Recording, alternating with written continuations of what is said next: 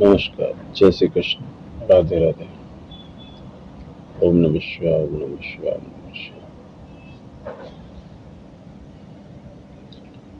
जब व्यक्ति ध्यान की गहराइयों में उतरने की कोशिश करता है, मंत्र जाप करता है, ध्यान करता है, एकाग्रचित्ता से किसी एक बिंदु की तरफ, किसी एक ज्योति की तरफ, किसी एक दिए के लौ के ऊपर अपने ध्यान को केंद्रित करता है,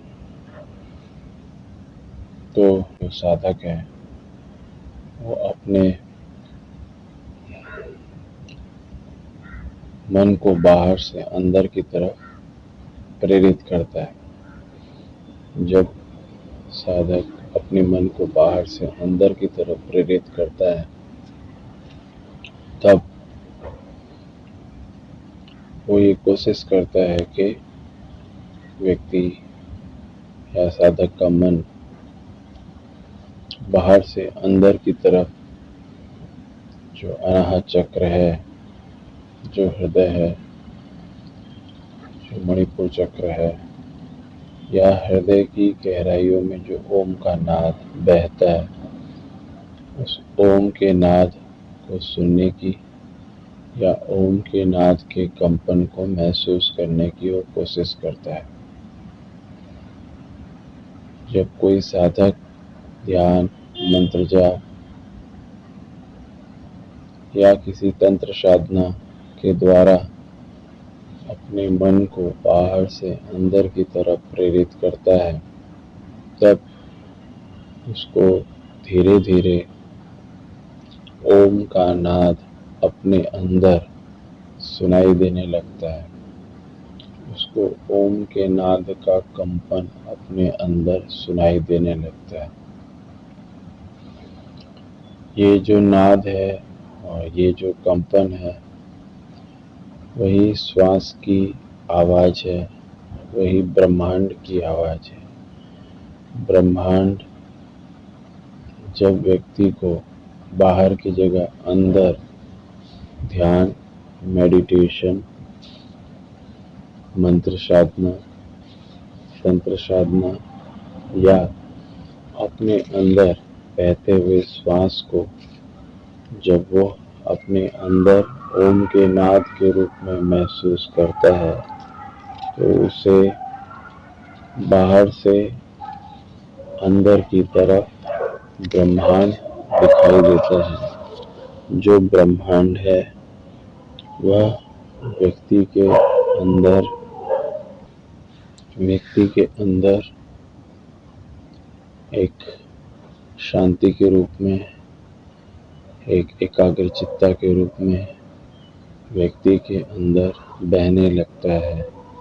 जो भी साधक हैं या जो भी साधना करते हैं, उन्हें ये मालूम है कि ये जो ध्वनि है वो ओम के नाद की ध्वनि, ब्रह्मांड की ध्वनि, कंपन की ध्वनि वो अपने अंदर महसूस करते हैं। जब कोई साधक ध्यान की उच्च अवस्था में पहुंच जाता है, तब उसे ओम के नाद की ध्वनि, कंपन की ध्वनि धीरे धीरे उसकी चक्र जागृति की दिशा में बढ़ते हुए दिखाई देती है। किसी साधक को जब वह ध्यान की उच्च अवस्था में होता है, तो उसे मंत्र जाप, तंत्र साधना, ध्यान, चलते फिरते, सोते हुए, बैठते हुए, कोई भी कार्य करते हुए स्वतः ही उसके अंदर से वो नाद बहने लग जाता है।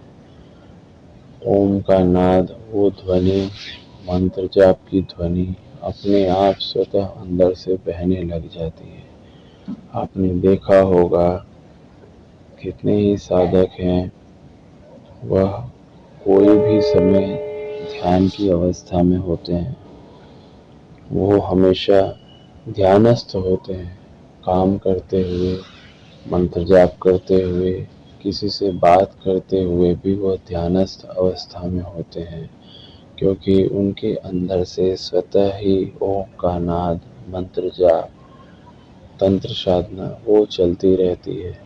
वो इतनी उच्च अवस्था तक पहुंच जाते हैं कि उनके अंदर से ब्रह्मांड की ध्वनि उनके अंदर से स्वतः ही निकलती रहती है। ध्यान कोई दिखावे की चीज़ नहीं है। कोई भी साधक जितना ज़्यादा अपने अंदर जाता है उतना ज़्यादा वो ब्रह्मांड की शक्ति से जुड़ जाता है। उसकी कुंडलियाँ, उसके अंदर पांचों तत्व, उसके अंदर छुई हुई सोए हुए सातों चक्र, उसके अंदर जो ब्रह्मांड की श्वास है, जो ब्रह्मांड का ओम का नाद है, जो मणिपुर चक्र के अंदर से ऊर्जा है, जो भी उसके अंदर ब्रह्मांड के तत्व हैं वो ब्रह्मांड के तत्वों से जुड़ जाते हैं। जब मंत्र जाप किया जाता है, ओम का नाद किया जाता है, ध्यान किया जाता है, बोले हुए शब्द ब्रह्मांड में जो भी ऊर्जा है ब्रह्मांड में जाके वो शब्द ब्रह्मांड में गूंजने लग जाते हैं। जैसे आपने ओम का नाद, मंत्र या तंत्र या जो भी शब्दों का उपयोग किया, आपने मुंह से कुछ भी नहीं बोला, लेकिन आपके हृदय से ओम का नाद का कंपन हो रहा है, वो ब्रह्मांड के अंदर पहुंच जाता है।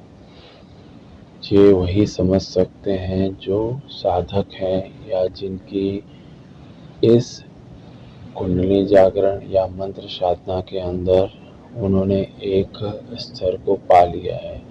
जब ब्रह्मांड के अंदर वो शब्द जाते हैं तो वो घूम के जितने भी लोगों ने, जितने भी साधक ने आज से, जब से ब्रह्मांड बना 10,000, 15,000, 50,000 साल पहले, जब से जो जो साधक ने ओम का नाद किया, जो जो साधक ने मंत्रों का उपयोग किया, जो जो साधक ने गायत्री मंत्र पढ़ा, वो जो मंत्र और जो ओम का नाद या जो ध्वनि है, वो ध्वनि उनसे संपर्क करके उनसे जो वातावरण के अंदर जो ऊर्जा है वो कहीं पे भी है तो वो ऊर्जा से आपको जोड़ देती है। आज से 10,000 साल पहले किसी ऋषि मुनि ने अगर गायत्री मंत्र पढ़ा है तो वो ऋषि मुनि की गायत्री मंत्र की आवाज़ से आपके गायत्री मंत्र की आवाज़ की ध्वनि मिल जाती है। आप ये समझिए जैसे आप एक रेडियो चलाते हैं, रेडियो में आपने एक फ्रीक्वेंसी सेट की, वो फ्रीक्वेंसी जो रेडियो के टावर है उसकी फ्रीक्वेंसी से मैच कर जाती है तो आपके अंदर से आपके रेडियो में संगीत बहने लगता है। उसी तरह से जब आप मंत्र जाप करते हैं, ध्यान करते हैं, आपके हृदय से आप ओम का नाद स्वतः निकला है, आपके ओंठ बंद है लेकिन फिर भी आपके हृदय से ओम का नाद निकल रहा है, या आप मंत्र जाप कर रहे हैं तो वो ब्रह्मांड में वो ध्वनि पहुंच जाती है। वो ध्वनि ब्रह्मांड में जिन भी सूक्ष्म संतों ने, जिन भी उच्च लेवल के साधक लोगों ने, जिन्होंने भी मंत्र जाप किया है, ध्यान किया है, उनकी वो आवाज़ से, उनकी वो ऊर्जा से वो जुड़ जाती है और वहाँ से वो ऊर्जा, वो आवाज़ आपके अंदर की आवाज़ से जुड़ जाती है और वो सारी की सारी शक्तियाँ जब पूरी तरह से मिल जाती हैं तो उसी को ये कहा जाता है कि इसकी सारे चक्र जागृत हो गए, ये ब्रह्मांडीय ऊर्जा से जुड़ गया। जब कोई साधक उच्च स्तर पे मंत्र जाप ध्यान करता रहता है, अपनी ऊर्जा को ब्रह्मांडीय ऊर्जा से जोड़ता रहता है, तो जो मंत्र जाप करते हैं वो मंत्र जाप से जो ब्रह्मांड के अंदर जो पहले से कहे हुए मंत्र हैं वो ऊर्जा से आपकी ऊर्जा जुड़ जाती है और एक कोष का निर्माण करती है, जिससे आपके पूरे शरीर के अंदर जो छोटे छोटे कोष हैं सब जागृत हो जाते हैं। ये वही समझ सकते हैं जो साधक हैं। ब्रह्मांड की ऊर्जा से जब आपकी ऊर्जा जुड़ जाती है तो आपके बॉडी के, आपके शरीर के छोटे छोटे कोष सब जागृत हो जाते हैं और आपको एहसास होता है कि आपके शरीर के अंदर ऊर्जा का संचार हो रहा है। आपके शरीर के अंदर अलग अलग यौगिक क्रियाएं हो रही हैं, आपके शरीर के अंदर चक्र जागृत हो रहा है, आपके शरीर में बिजली दौड़ रही है। आप ये समझिए कि आपके घर के अंदर लाइट आ रही है और आपने उसके अंदर उंगली आपकी टच हो जाती है, तो जैसे ही आपकी उंगली का स्पर्श हो जाता है आपकी बॉडी में करंट आता है। करंट आपको दिखाई नहीं देता लेकिन आपके शरीर के अंदर करंट दौड़ने लगता है। तो जो जैसे ही करंट को बंद किया जाता है आपकी बॉडी शांत हो जाती है, तब तक आपकी बॉडी में झटके लगते हैं। ये वही है कि जब आप अपनी ऊर्जा को ब्रह्मांडीय ऊर्जा से कनेक्ट करते हैं, मंत्र के द्वारा, तंत्र के द्वारा, जाप के द्वारा, जब आपके अंदर की ऊर्जा वो ब्रह्मांड की आवाज़ से जुड़ जाती है, वो ब्रह्मांड के मंत्रों से जुड़ जाती है, जो आज से 50,000 साल पहले किसी ऋषि मुनि, किसी संत ने जो ब्रह्मांड के अंदर वो जो ध्वनि बोली है, वही ध्वनि आपसे जुड़ जाती है। जुड़ जाने के बाद आपके अंदर वही ऊर्जा को वो ब्रह्मांड ट्रांसफ़र कर देता है और उसी के द्वारा आपके शरीर के अंदर बिजली की तरह सारे कोषों में वो बिजली पहुंच जाती है। आप उस बिजली का, ऊर्जा का, एक बार आपके शरीर के अंदर वो ऊर्जा आने के बाद धीरे धीरे आपके चक्र जो है वो चार्ज हो जाते हैं, आपके चक्र जागृत हो जाते हैं और आपको एहसास होता है कि आपने ब्रह्मांडीय ऊर्जा का स्पर्श कर लिया। कितने ही योगी हैं, संत हैं, साधक हैं, वो उस स्तर तक अपनी ऊर्जा को जागृत कर देते हैं कि जिससे उनके शरीर में से उनका सूक्ष्म शरीर तक बाहर निकल जाता है।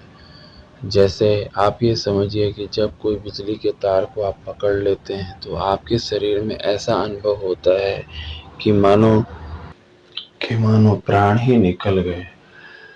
जब बिजली के तार को कोई भी व्यक्ति स्पर्श कर लेता है तो उसे एहसास होता है कि मानो उसके हृदय से प्राण ही निकल गए। फिर जैसे ही वो स्विच को बंद कर देते हैं वो व्यक्ति बच जाता है। व्यक्ति बोलता है मेरी जान निकलते निकलते रह गई। उसी तरह से जब साधक अपने हृदय से, अपने नाभि चक्र से ओम का नाद करते हुए, मंत्र जाप करते हुए ब्रह्मांडीय ऊर्जा से जुड़ जाता है, जुड़ जाने के बाद उसको ऐसा लगता है कि उसके हृदय से, उसके शरीर से उसका सूक्ष्म शरीर निकल रहा है। ये वही अवस्था है जिस तरह से किसी के प्राण निकल रहे हैं। उसी तरह से जब सूक्ष्म शरीर बाहर निकल जाता है, तब सूक्ष्म शरीर बाहर निकल जाने के बाद व्यक्ति का शरीर मृत जैसा हो जाता है। इसीलिए कितने साधक हैं जो साधना की उच्च अवस्था में ये बताते हैं कि उनका शरीर हल्का होता जाता है और वो अपने शरीर को ऐसे बैठे हुए देख सकते हैं। उच्च स्तर तक वो अपने शरीर के, सूक्ष्म शरीर को हृदय से, अंदर से निकाल देते हैं। जब सूक्ष्म शरीर बाहर निकल के अपने स्थूल शरीर को देखता है तो देखने के बाद वह चाहे उस जगह तक चक्कर लगा सकता है, ब्रह्मांड में कहीं पे भी घूम सकता है, क्योंकि वह सूक्ष्म शरीर है। यही चीज कितने ही साधक, कितने ही योगी संत अपने लिखे हुए विधान में बताते हैं कि सूक्ष्म शरीर से हृदय निकल कर ब्रह्मांड में घूमता है और घूमने के बाद एक जगह से दूसरी जगह जाके वापस आ जाता है। कितने ही साधक हैं जिनकी स्थूल शरीर को वो उस अवस्था तक अपने सूक्ष्म शरीर के साथ जोड़ देते हैं कि वह स्थूल शरीर को भी अपने साथ आसमान में उड़ा लेने की क्षमता करते हैं। इसको कितनी ही जगह पे साधक लोग और योगी लोगों ने खेचरी कहा है। तो जब शरीर को उच्च अवस्था पे ले जाके ये भी अपने सूक्ष्म शरीर के साथ इतना उसको हल्का बना देते हैं कि पंख की तरह वह आसमान में उड़ने की क्षमता रखता है। कितने ही साधक हैं वह इस अवस्था के अंदर जमीन से 5 फुट तक ऊंचे तक अपने शरीर को आसमान में 5 फुट तक ऊंचे तक अपने शरीर को ले जाने की उनमें क्षमता होती है योग बल से। और जो ब्रह्मांडीय ऊर्जा है उससे जोड़ के उनका शरीर 5 फुट तक भी आसमान में उड़ने लग जाता है। अब ये कितने ही साधक हैं, कितने ही सिद्ध योगी हैं जो अभी कहीं कोई जगह पे सूक्ष्म रूप से विद्वान हैं, कितने ही साधक हैं वो किसी के सामने नहीं आते। वो हिमालय में और कुछ ऐसी जगह पे रहते हैं और जब कुंभ का मेला या कोई ऐसा विशेष पर्व आता है उस समय वो आते हैं। गंगा नदी और दूसरी सब जगह पे जहाँ पे उन्हें जाना होता है या उनके भी कोई पवित्र स्थल होते हैं वहाँ पे वो आते हैं और आने के बाद खुद ही स्वतः वह अदृश्य होके चले जाते हैं। साधना करते समय जो लोग साधना में योग करते हैं वो योग और जो इसमें जो योग बल से साधना करते हैं और जो योग से अपने शरीर को मजबूत बनाने की कोशिश करते हैं वो उससे जो साधना सिद्ध योगी करते हैं वो बिल्कुल अलग है। सिद्ध योगी अपने शरीर की ऊर्जा को उसके ऊपर काम करते हैं। जो दूसरे योग साधना करते हैं वो शरीर को योग के द्वारा पद्मासन के द्वारा अपने शरीर को स्वस्थ रखने की कोशिश करते हैं। लेकिन जो सिद्ध योगी होते हैं वह अपने शरीर की ऊर्जा पे काम करते हैं।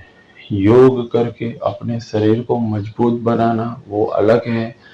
जो सिद्ध साधना करते हैं वो अपने शरीर के अंदर की ऊर्जा पे काम करते हैं।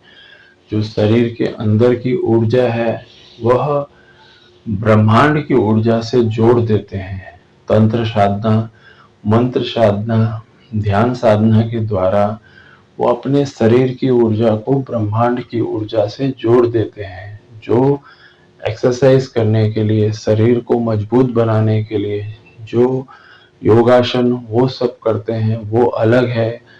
जो सिद्ध योगी और जो सिद्ध योग करते हैं जो अपने शरीर की ऊर्जा से ब्रह्मांड की ऊर्जा को जोड़ देते हैं वो ऊर्जा के स्तर पे काम करते हैं। मंत्रों के द्वारा, तंत्रों के द्वारा अपने शरीर की ऊर्जा को ब्रह्मांड की ऊर्जा से जोड़ देते हैं। वह जो साधना है वो अलग है।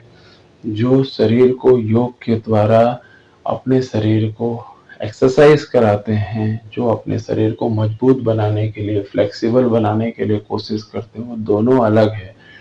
जो सिद्ध योग करते हैं वो अपने शरीर के ऊर्जा के कोषों पे काम करते हैं, अपने शरीर के ऊर्जा के चक्रों पे काम करते हैं, अपने शरीर के ऊर्जा के कोष, ऊर्जा के चक्रों पे काम करके उस ऊर्जा को ब्रह्मांड की ऊर्जा से जोड़ देते हैं।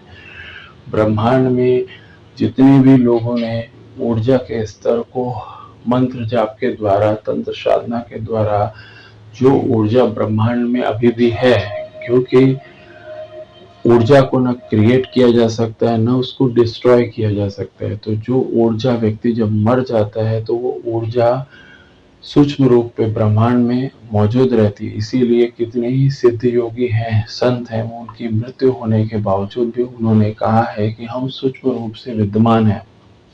तो जब भी कोई साधक किसी सिद्ध योगी को, संत को मंत्रों के द्वारा, तंत्र के द्वारा उनको याद करता है, उनकी उपासना करता है, तो वो जो ऊर्जा सूक्ष्म रूप से ब्रह्मांड में विद्यमान है वो ऊर्जा से साधक की ऊर्जा जुड़ जाती है तंत्र साधना, मंत्र साधना के द्वारा, और वो उसको शक्ति प्रदान करती है जिसके द्वारा उसको ब्रह्मांडीय ऊर्जा का आभास होता है और उसे अंदर से अनुभव होता है कि उसकी ऊर्जा ब्रह्मांड की ऊर्जा से जुड़ गई है। और ब्रह्मांड की जो भी शुभ सिद्ध संत होते हैं, जो भी आज तक जितने भी सिद्ध संतों ने जो भी साधना की है, उनकी साधना की वो ऊर्जा ब्रह्मांड में आज भी मौजूद है। जो भी साधक उस साधना करता है, जो भी साधक उनको याद करता है, वह उनकी ऊर्जा से वो जुड़ जाता है और उसे स्वतः ही एक अलग सी ऊर्जा और एनर्जी का एहसास होता है। उसे लगता है कि हमारे अंदर की ऊर्जा स्वतः ही जागृत हो रही है, हमारे अंदर की ऊर्जा के अंदर, चक्र के अंदर बहुत तेजी से कंपन हो रहा है और उसके अंदर वो बिजली, ब्रह्मांडीय ऊर्जा की बिजली का उसको एहसास होता है। और वह वही साधक समझ सकता है जो साधना की दिशा में थोड़ा आगे बढ़ता है, उसको मालूम है कि ये कैसी स्थिति होती है। हरिओम हरिओम, जय श्री कृष्ण, राधे राधे, राधे राधे, ओम नमः शिवाय, ओम नमः शिवाय, ओम नमः शिवाय। माता पिता की जय, माता पिता की जय, माता पिता की जय, गुरुदेव की जय, गुरुदेव की जय, सभी देवी देवताओं की जय, सभी देवी देवताओं की जय। ओम ओम ओम।